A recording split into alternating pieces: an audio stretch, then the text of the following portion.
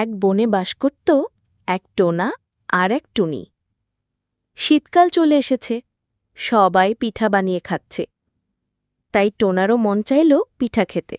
টুনি গো, অনেক দিন হলো পিঠা খাই না, আমায় পিঠা বানিয়ে দেবে গো। খেতে চাইলে কি আর হয়?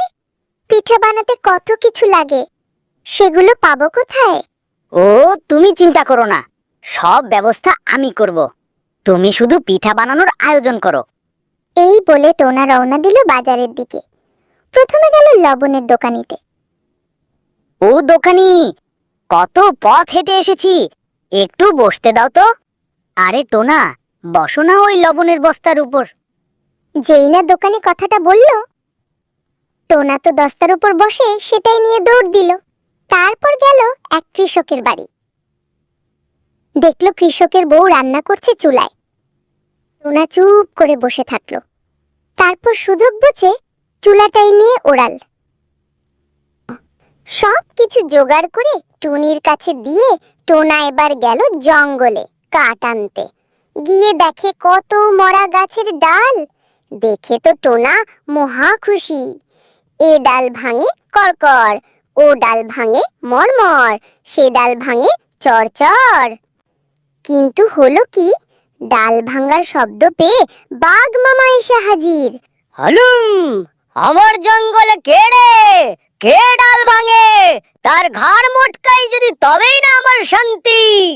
টোনা তো দেখে মহা বিপদ। তখন সে বুদ্ধি করে বলল, এই যে বাঘ মামা, আমি তোমার টোনা। তোমার ভাগ্নে বউ টনি বলল, বাঘ মামাকে তো অনেক দিন দেখি না, আজ একটু ওনাকে দাওয়াত করে এসো, পিঠা খাওয়াবো। তাই তো আমি এলুম। আর পিঠা বানাতে চুলা জ্বালাতে হবে, তাই একটু মরা ডাল নিচ্ছি। তা বেশ, আয়, আমি তোকে ডাল ভেঙে বাড়ি পৌঁছে দিচ্ছি। এই কথা বলে বাঘ মরমর করে জঙ্গলের ডালপালা বয়ে নিয়ে চলল টোনার বাড়ি। আর আসার সময় বলে গেল, পিঠা খেতে বিকালে আসবো। এরপর টুনি পিঠা বানায় আর টোনা বসে বসে খায়। টোনা বানায়, টুনি খায়। এভাবে সব পিঠা শেষ। বাকি আছে শুধু অল্প একটু চালের গুঁড়া। তখন টোনার মনে পড়ল, বিকাল হয়ে আসছে, বাঘ এসে যদি পিঠা না পায় তবে টোনাকেই চিবিয়ে খাবে। কি করে ভাবতে ভাবতে, হুররে, পেয়েছি বুদ্ধি। এ কথা বলে টোনা করলো কি, মাটি দিয়ে কিছু পিঠা বানিয়ে তার উপর ভালো কয়েকটি পিঠা সাজিয়ে রাখলো। তারপর ওরা লুকিয়ে পড়ল একটি মাটির হাঁড়ির ভিতর। একটু পরেই বাঘ এলো।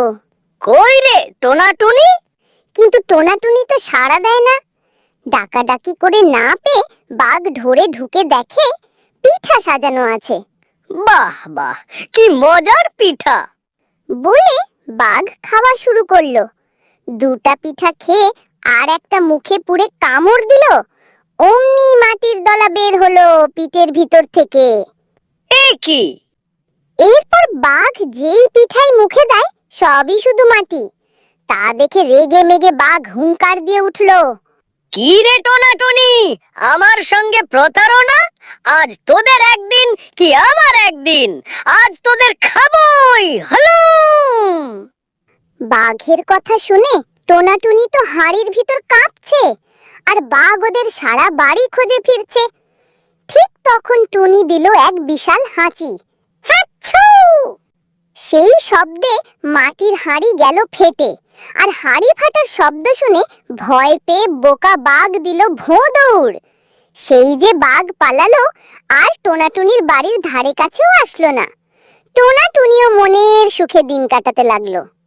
নটে গাছটি মুড়লো, আমার গল্প ফুরলো।